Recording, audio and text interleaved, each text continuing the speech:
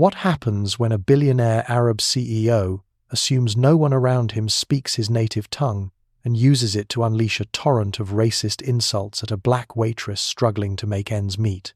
Amara had endured enough condescending customers at the upscale hotel restaurant, but when the sharply dressed man in the corner booth began viciously mocking her in Arabic, assuming she couldn't understand, something inside her snapped. What he didn't know was that this simple waitress had spent years in Damascus, spoke fluent Arabic, and was about to shatter his world with just a few perfectly pronounced words that would expose his true character to everyone within earshot, and set in motion a chain of events that would change both their lives forever. The crystal chandeliers of the Meridian Hotel cast warm golden light across the marble floors as Amara Johnson adjusted her black uniform for the third time that evening. Her feet ached in the polished shoes she'd bought second-hand, but she kept her shoulders straight and her smile genuine as she navigated between tables filled with Dubai's elite. The scent of expensive perfume and aged wine hung heavy in the air, a constant reminder of the world she served but could never afford to inhabit. "Miss, this water has too much ice," complained a woman dripping in diamonds, her voice carrying the particular disdain reserved for service staff. Amara nodded gracefully, replacing the glass without a word of protest, though she'd watched the same woman ignore the drink entirely for the past 20 minutes. This was her reality, swallowing pride with every shift, absorbing contempt like a sponge, all for the tips that meant the difference between her grandmother's medication and another sleepless night of worry. The double shifts were killing her slowly, but Mama Esther's dialysis treatments weren't negotiable. At 78, her grandmother had raised Amara from nothing, working 3 jobs to put her through school, never complaining about the sacrifice. Now it was Amara's turn to carry the weight, even if it meant pretending she didn't notice the way certain guests looked through her, as if she were invisible furniture. "Table 12 needs their wine selection," called Marcus, the head waiter, his voice sharp with impatience. Amara hurried over, her mind automatically switching to the professional script she'd perfected over 2 years of service. She could discuss the subtle notes of a 2015 Bordeaux with the same eloquence she'd once used to analyze Arabic poetry in her literature classes. But here, her education was a hidden treasure, buried beneath the necessity of survival. The irony wasn't lost on her. 4 years studying Middle Eastern languages and culture at university, a semester in Damascus that had opened her mind to the beauty of Arabic literature and philosophy, and now she was serving 7-course meals to people who saw her as nothing more than an efficient delivery system for their luxury. But every condescending comment, every dismissive wave, every time someone spoke about her in front of her as if she couldn't understand it, all fed the quiet fire burning inside her. Friends, before we go further, may I ask a small favor? Please subscribe to our channel. It truly helps us keep bringing you these stories. And reaching 1,000 subscribers soon is so important for us to continue. We also love hearing from you. Tell us in the comments where you're watching from. It's always fascinating to see how our little storytelling circle is spreading across the world. And if you enjoyed the beginning, give this video a like, and let's share thoughts on the whole story together below. As she polished wine glasses during a brief lull, Amara caught her reflection in the mirror behind the bar. Her dark eyes held an intelligence that no uniform could diminish, a dignity that no amount of rudeness could strip away. She'd learned long ago that survival sometimes meant playing smaller than you were, but it didn't change who you truly were inside.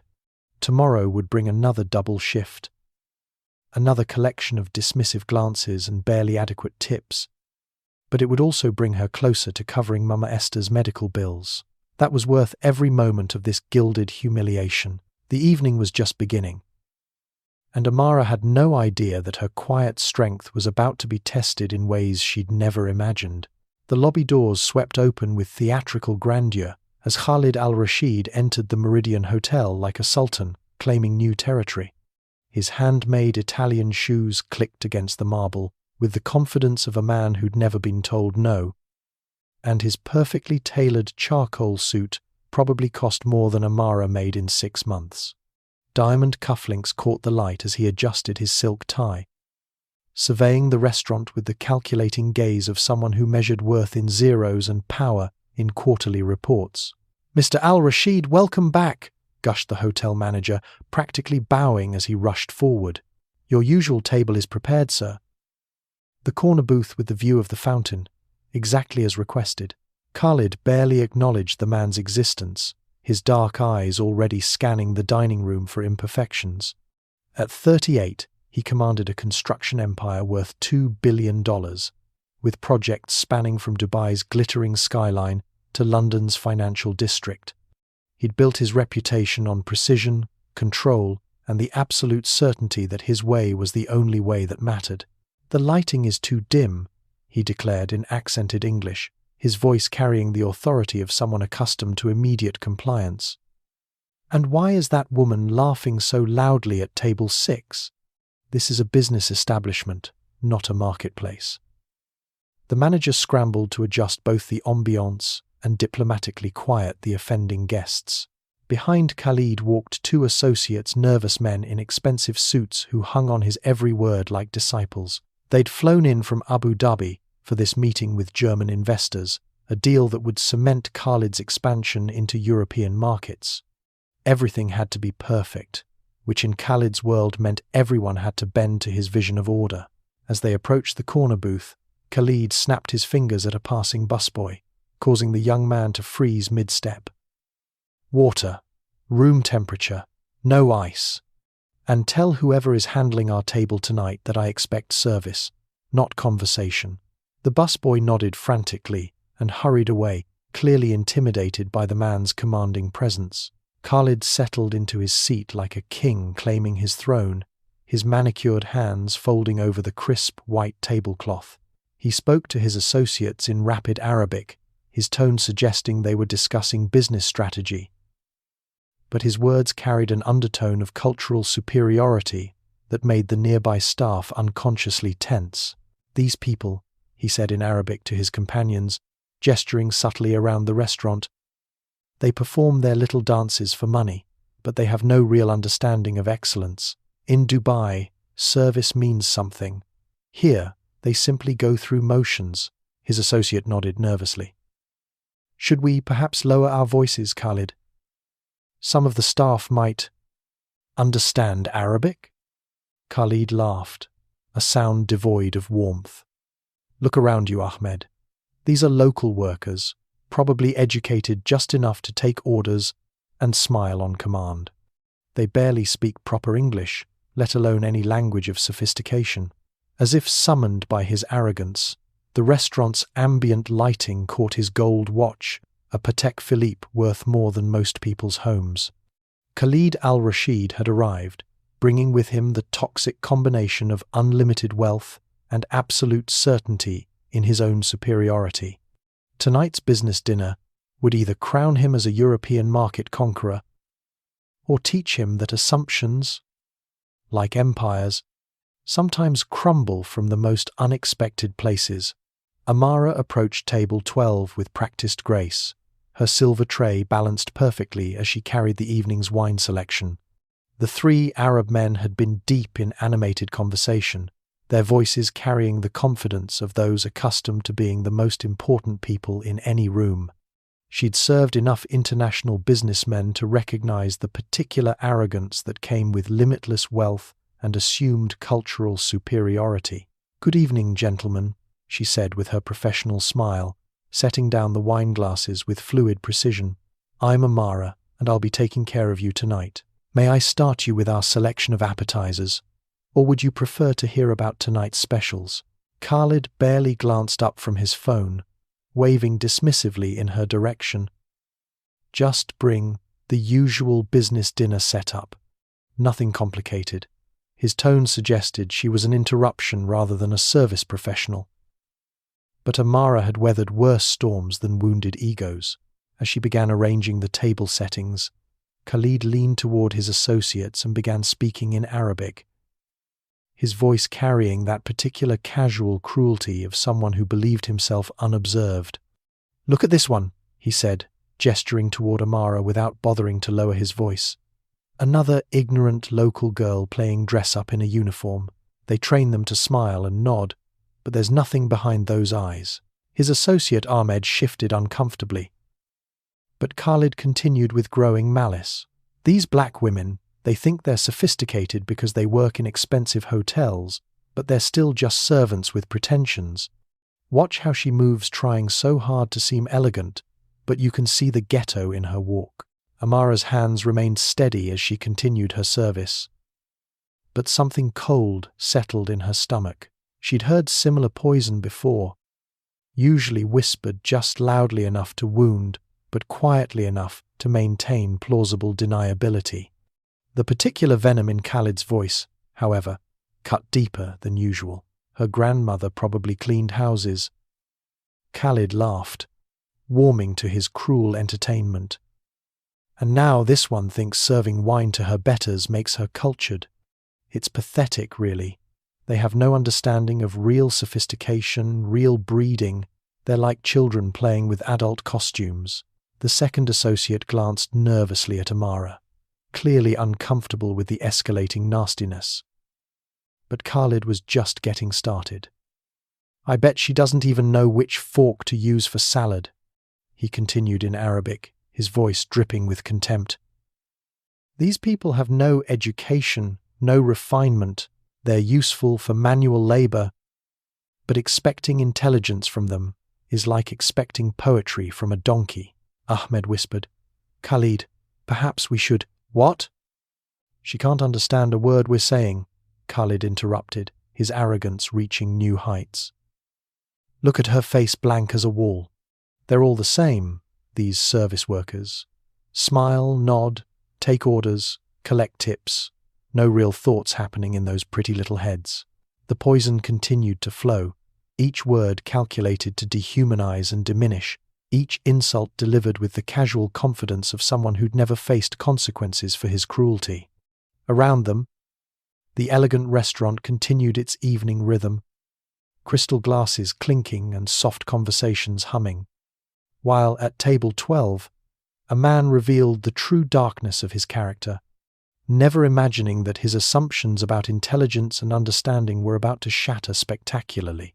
Amara finished arranging the final wine glass, her movements still graceful and controlled despite the venom she'd absorbed for the past 5 minutes. The familiar weight of injustice settled in her chest, but something else was building there too, a quiet fire that had been stoked by years of condescension and assumptions.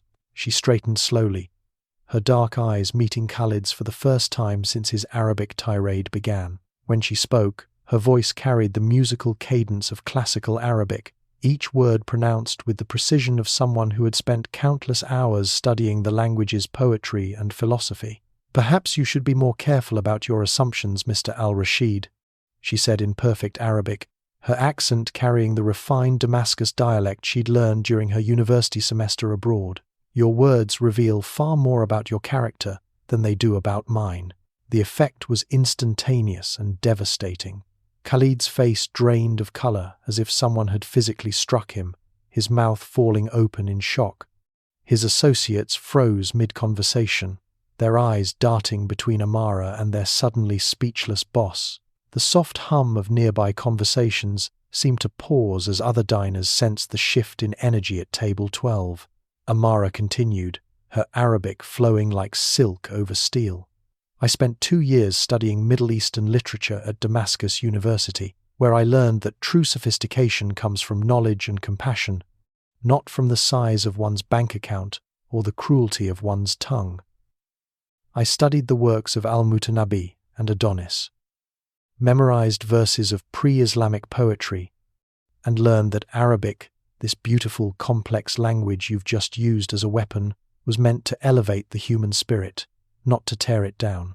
Khalid tried to interrupt, but Amara's voice rose slightly, commanding the space with quiet authority. You spoke of breeding and refinement while demonstrating neither. You mocked intelligence while revealing your own ignorance. You assumed my grandmother cleaned houses. She was actually a literature professor who spoke 4 languages, and raised me to understand that true worth isn't measured in dollars or designer suits. The restaurant had grown noticeably quieter, other patrons turning subtly to witness this unexpected confrontation. Ahmed looked mortified, while the second associate seemed to be calculating how quickly he could disappear from this social disaster. Khalid's carefully constructed image of sophisticated authority was crumbling in real time. In Damascus, Amara continued, her voice carrying both education and dignity. I learned an old proverb. The tongue of the wise is behind their heart, but the heart of the fool is behind their tongue. Your tongue revealed your heart tonight, Mr. Al-Rashid, and what it showed was neither wisdom nor sophistication, but the poverty of a spirit that can only feel superior by making others feel small. She paused, letting the weight of her words settle over the table like a judgment. I hope your business dinner goes well, gentlemen. Perhaps next time you'll remember that intelligence and education don't always come wrapped in packages you expect. With that, she placed their menus on the table with perfect professional composure and walked away, leaving behind a silence that felt like the aftermath of an earthquake. The humiliation burned through Khalid's chest like acid as he watched Amara walk away with her head held high, leaving him sitting in the wreckage of his shattered superiority. The neighboring tables had witnessed his complete dismantling, and he could feel their eyes on him, some amused, others disgusted, all having seen behind the mask of his carefully cultivated image. His hands trembled slightly as he reached for his water glass, the diamond cufflinks that had seemed so important minutes ago now feeling like costume jewelry. Khalid, perhaps we should just... Ahmed began nervously, but was silenced by a look of pure rage. Get me the manager, Khalid hissed through clenched teeth, his voice low and dangerous. Now, within minutes, the hotel manager appeared at their table, his earlier obsequious smile now strained with concern.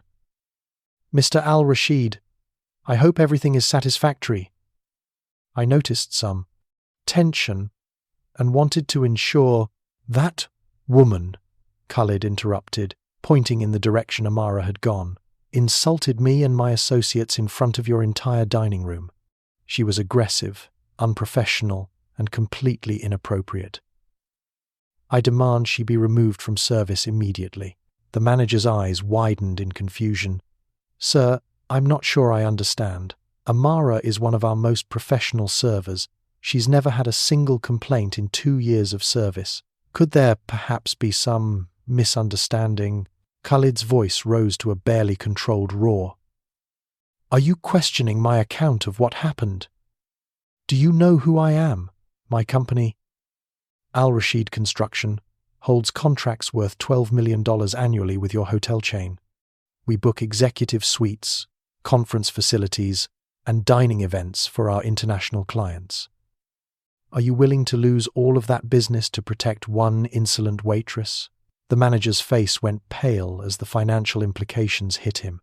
$12 million represented more than just revenue. It was prestige, connections, and the kind of corporate relationship that made careers. Mr.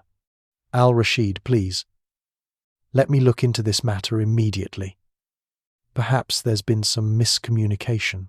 There's been no miscommunication, Khalid snarled, his accent thickening with fury. That woman humiliated me and my business associates with her attitude and unprofessional behavior. Either she's terminated tonight, or Al-Rashid Construction will be taking our business elsewhere. We have relationships with 4 other luxury hotel chains in this city who would be delighted to accommodate our needs. The threat hung in the air like a sword. The manager's mind raced through calculations. Amara was an excellent employee, but she was one person against millions in revenue. The corporate executives would never forgive him for losing such a significant client over a single staff member, regardless of the circumstances. And furthermore, Khalid continued, sensing victory, I want it made clear that this hotel doesn't tolerate staff who think they can argue with guests or display insubordination. Word travels fast in business circles, and I wouldn't want other corporate clients to think your establishment lacks proper service standards." The manager nodded frantically, sweat beading on his forehead. "Of course, Mr. Al-Rashid. I completely understand your position. This is absolutely unacceptable, and I will handle it personally. You have my word that this matter will be resolved immediately and to your complete satisfaction." Khalid leaned back in his chair, his rage cooling into the satisfaction of power well exercised. This was how the world worked. Money talked, influence mattered, and people like that presumptuous waitress learned their place. He'd built an empire by understanding leverage, and tonight was simply another business transaction where he held all the cards. 20 minutes later, Amara stood in the hotel's employee break room, her uniform folded neatly in her hands and her final paycheck minus deductions for immediate termination tucked into her purse. The manager had delivered the news with the uncomfortable efficiency of someone following orders they didn't believe in, apologizing profusely while explaining that corporate policy left him no choice. She'd accepted it with the same dignity she'd shown throughout the evening, refusing to give Khalid al-Rashid the satisfaction of seeing her break.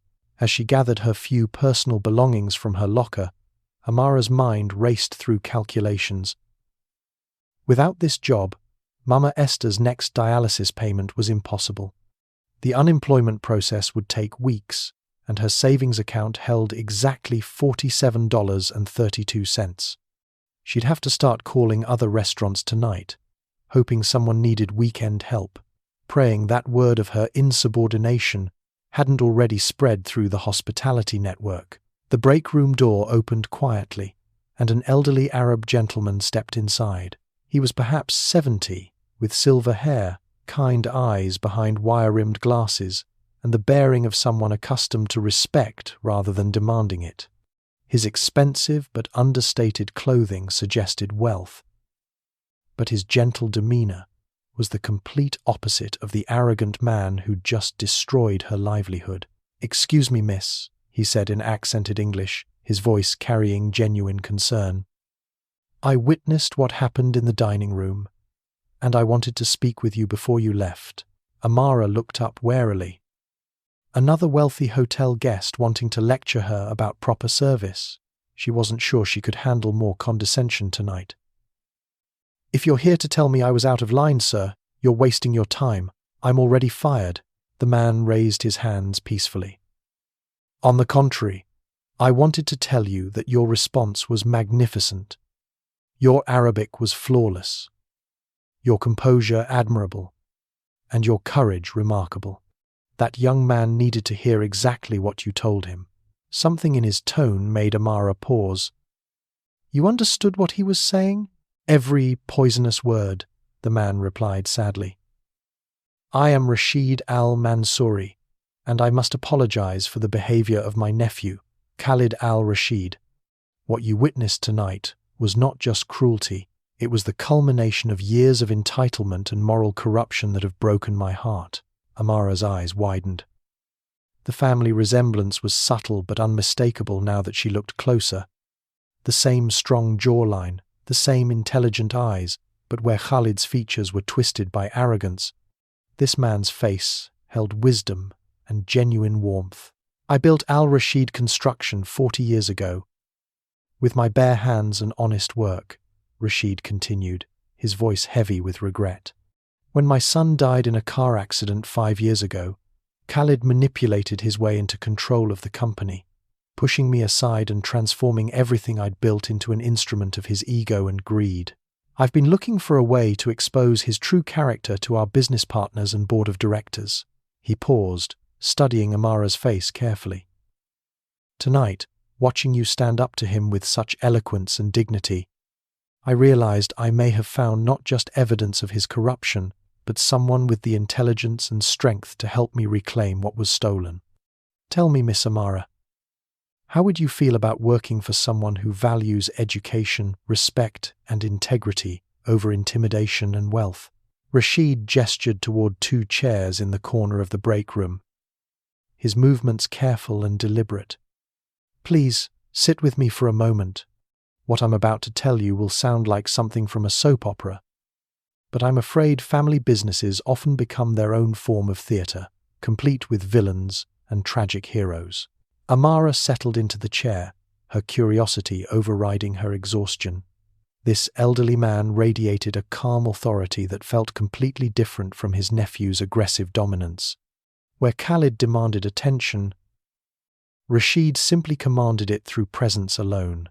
"My son Omar was everything Khalid is not," Rashid began, his voice soft with memory. "Intelligent, compassionate, dedicated to using our family's success to lift others up. He spoke 5 languages fluently, spent summers volunteering in refugee camps, and had plans to transform Al Rashid Construction into a force for positive change in the Middle East. When he died in that accident, I lost not just my child, but my heir and my hope for the company's future." The old man's hands clasped together, knuckles white with suppressed emotion. "Khalid swooped in during my grief like a vulture. He convinced our board of directors that I was too old, too emotional, too broken to lead effectively.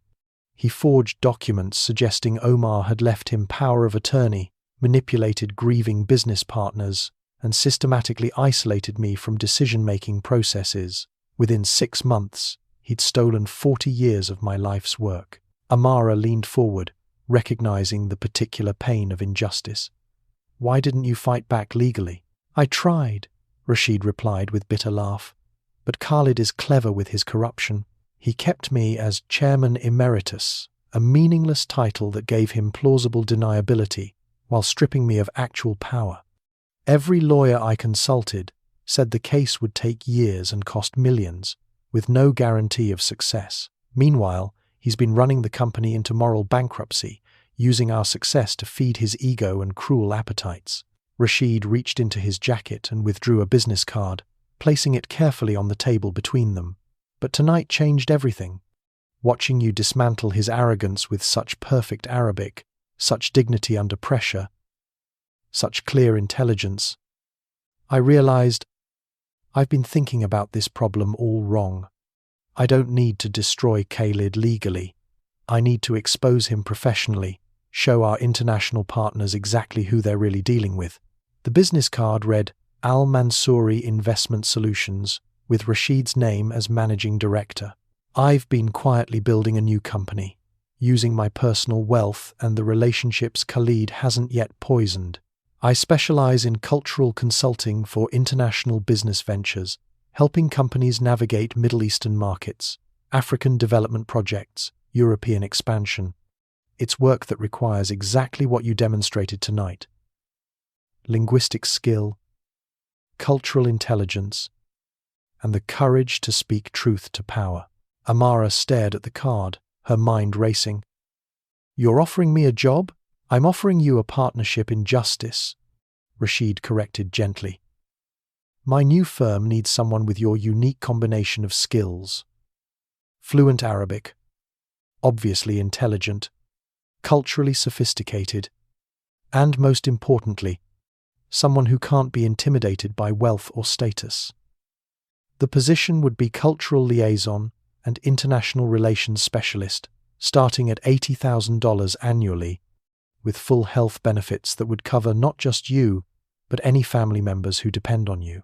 The number hit Amara like physical blow. 80,000 was more than triple her restaurant wages, enough to cover Mama Esther's medical bills and actually start building a future instead of just surviving paycheck to paycheck. "But there's something else," Rashid continued, his eyes twinkling with what might have been anticipation. "Next month there's a major international business conference here in the city. Khalid will be presenting Al Rashid Construction to potential European partners, trying to secure his biggest deal yet. I think it's time those partners learned exactly what kind of man they're considering doing business with." The grand ballroom of the Continental Conference Center buzzed with the energy of international commerce as Europe's most influential business leaders gathered for the annual Middle East Investment Summit. Crystal chandeliers illuminated round tables where German industrialists shared champagne with Saudi princes, while Italian developers discussed infrastructure projects with Emirati moguls. At the center of it all, Khalid al-Rashid stood at the podium, his presentation slides glowing behind him, as he pitched his European expansion proposal to an audience worth collectively billions. Al Rashid Construction represents the future of international development, Khalid declared, his voice carrying the practiced confidence of a man who'd never been challenged in a room like this. Our track record speaks for itself: 37 completed projects across the Gulf states, each delivered on time and under budget. We bring Middle Eastern efficiency to European markets. In the back of the ballroom, Amara adjusted her new navy blazer and checked the tablet containing the documentation she and Rashid had spent weeks compiling. 3 months in her new position had transformed her from a struggling waitress into a polished professional who commanded respect in rooms like this. Her Arabic skills had opened doors to consulting contracts across 3 continents. But tonight's work felt personal. This was about justice, not just business. Rashid sat at table 7, his silver hair catching the light as he watched his nephew's performance with the patience of a hunter waiting for the perfect moment. Around him sat representatives from Deutsche Bank, the European Development Fund, and construction giants from Italy and Germany, the very investors Khalid needed to cement his stolen empire. Our company culture prioritizes respect, integrity, and cultural sensitivity, Khalid continued, clicking to a slide showing smiling construction workers. We believe that successful international business requires understanding and appreciation for local customs and values. That was Rashid's cue. He stood slowly, his movement immediately drawing attention from nearby tables. "Excuse me," he called out in clear English, his voice carrying easily across the ballroom. "I believe there's been some misrepresentation in tonight's presentation." Khalid's face went ashen as he recognized the voice. The PowerPoint remote trembled slightly in his hand as he forced a smile. "Uncle Rashid, what a surprise to see you here. Perhaps we could discuss any concerns privately after.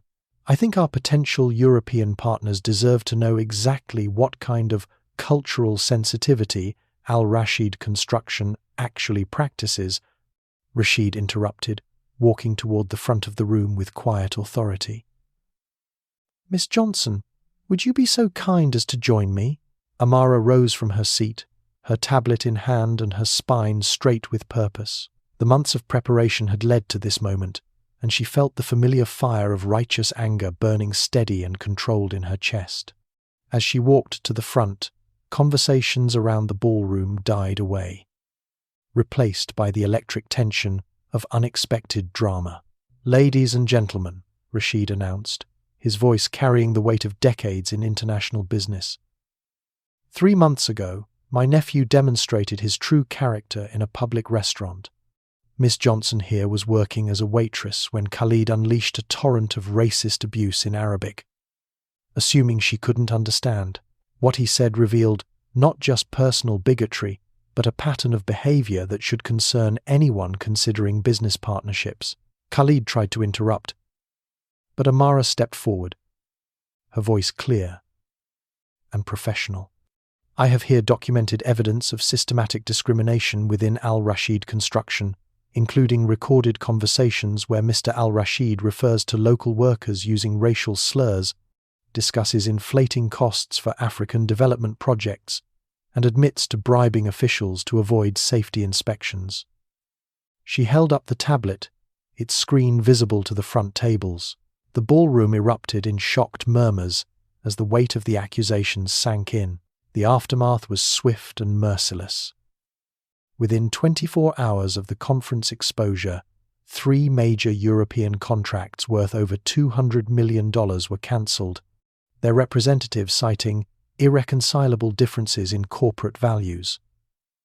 Deutsche Bank withdrew financing for Khalid's London expansion, while the European Development Fund launched an immediate investigation into all Al Rashid Construction projects involving international aid funding.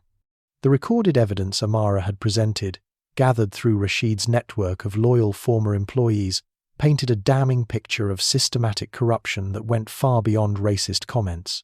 Khalid's empire began crumbling like a house of cards in a hurricane. Construction crews walked off job sites, as news spread through social media, with videos of his conference humiliation going viral across business networks. The UAE's Financial Regulatory Authority froze company accounts pending investigation, while Interpol issued alerts regarding potential money laundering through shell companies in 3 countries. His board of directors held an emergency meeting and voted unanimously to remove him as CEO, with several members publicly distancing themselves from his leadership. The legal consequences came next. Federal prosecutors found evidence of embezzlement dating back to Omar's death, millions diverted from construction budgets into Khalid's personal accounts, bribes paid to government officials, and fraudulent billing practices that had inflated project costs by 30%. The man who had wielded power like a weapon now sat in a detention center awaiting trial on 14 counts of fraud, with his personal assets frozen and his passport confiscated. Meanwhile, the Meridian Hotel's corporate headquarters received a very different kind of call. Rashid Al-Mansouri, now restored as the rightful head of the reorganized Al-Rashid Construction Group, politely informed them that their hasty firing of Amara Johnson had cost them not just moral credibility, but substantial future business. The hotel chain's executives, recognizing both the financial and public relations disaster they'd created, made an unprecedented offer. They wanted Amara back, but not as a waitress. Head of International Relations and Cultural Affairs, the regional director explained during their meeting, his voice humble with genuine contrition. Salary of $95,000 annually, full executive benefits, and a signing bonus to compensate for the injustice you suffered. We want you to help us rebuild our reputation and ensure this kind of discrimination never happens again. Amara accepted graciously. Though she negotiated one additional term, the hotel would establish a scholarship fund for hospitality workers pursuing higher education, named in honor of her grandmother. The irony wasn't lost on anyone that the woman Khalid had dismissed as ignorant was now earning more than most of the executives who had witnessed her firing. The sweetest victory, however, was personal. Mama Esther's medical bills were now covered by Amara's comprehensive health insurance. With enough left over for the experimental treatment her doctors had previously deemed too expensive. At 78, her grandmother was getting a second chance at health, while her granddaughter was finally able to use her education and intelligence in work that mattered. Rashid visited often, bringing updates on the company's transformation and sharing stories of Omar that helped heal old wounds. Under his renewed leadership, Al-Rashid Construction implemented strict anti-discrimination policies and began focusing on sustainable development projects that honored the legacy his son had envisioned. On quiet evenings, when Amara sat with Mama Esther in their new apartment, the medical equipment humming softly in the background, bills paid, future secure, she sometimes thought about that night in the Meridian Hotel restaurant. One moment of courage, one decision to speak truth to power, had changed everything. Khalid al-Rashid had learned the hardest lesson of all, that assumptions about intelligence and worth can destroy the person making them, while dignity and truth have a power that no amount of money can buy. 6 months later, Amara stood before the mirror in her corner office on the 32nd floor of the International Trade Center, adjusting the silk scarf that complemented her tailored burgundy suit. Through the floor-to-ceiling windows behind her, the city sprawled in afternoon sunlight, a vista that had once seemed as unreachable as the stars. Today, she was preparing for a video conference with development officials in Morocco, followed by a cultural sensitivity training session for German executives investing in West African infrastructure projects. Her office walls displayed certificates in Arabic calligraphy alongside her university degrees, while her desk held thank you letters from companies whose international negotiations she'd facilitated. The girl who had once worried about affording her grandmother's medication now managed cultural consulting contracts worth millions, bridging divides between continents with the same eloquence she'd once used to defend her dignity in a hotel restaurant. The transformation was more than professional. Mama Esther had responded beautifully to her new treatment plan, her strength returning along with her famous smile. They'd moved to a bright apartment near the medical center, where the elderly woman had started teaching Arabic to refugee children, passing on the linguistic gifts that had shaped Amara's destiny. The scholarship fund at the Meridian Hotel had already helped 12 hospitality workers return to school, creating ripples of opportunity that spread far beyond one family's story. Rashid had become more than a mentor. He was the grandfather figure both women had needed. Al Rashid Construction, under his restored leadership, had transformed into a beacon of ethical business practices, with Amara serving on their cultural advisory board. The company now funded education programs across the Middle East and Africa, turning Omar's dream of positive change into concrete reality. As for Khalid, his trial had ended with a 15-year sentence and orders to repay $47 million in stolen funds. His fall from grace had become a cautionary tale taught in business schools, a perfect example of how corruption ultimately destroys those who practice it.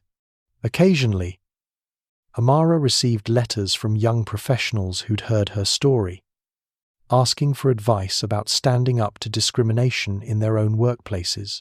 Her phone buzzed with a text from the conference organizer. 5 minutes until your keynote, Miss Johnson. The auditorium is packed. Tonight's International Women in Business Summit would be her largest speaking engagement yet, addressing over 2,000 professional women from 60 countries about courage, dignity, and the power of refusing to accept others' limitations. Amara smiled, remembering the words she'd planned to close with words that had crystallized everything she'd learned from that transformative night. Walking toward the elevator, she thought about the young women in the audience who might be struggling with their own moments of injustice, their own crossroads between silence and courage.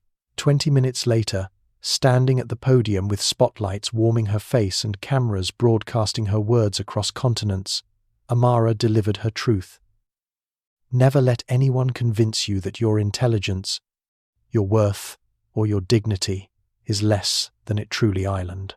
I was once dismissed as just a waitress by a man who measured human value in dollar signs and designer suits. But intelligence isn't determined by your job title, wisdom isn't measured by your bank account, and courage doesn't require permission from those who would diminish you. Sometimes one moment of standing up for yourself can change not just your own life, but the lives of everyone around you. Your voice matters. Your truth matters. And you matter exactly as you are, right where you are, in this moment. The question isn't whether you're worthy of respect and opportunity. The question is whether you'll have the courage to claim what was always rightfully yours. The standing ovation lasted 4 minutes. But the real victory was in the faces of the young women in the front row, eyes bright with possibility, shoulders straight with new determination, ready to write their own stories of transformation.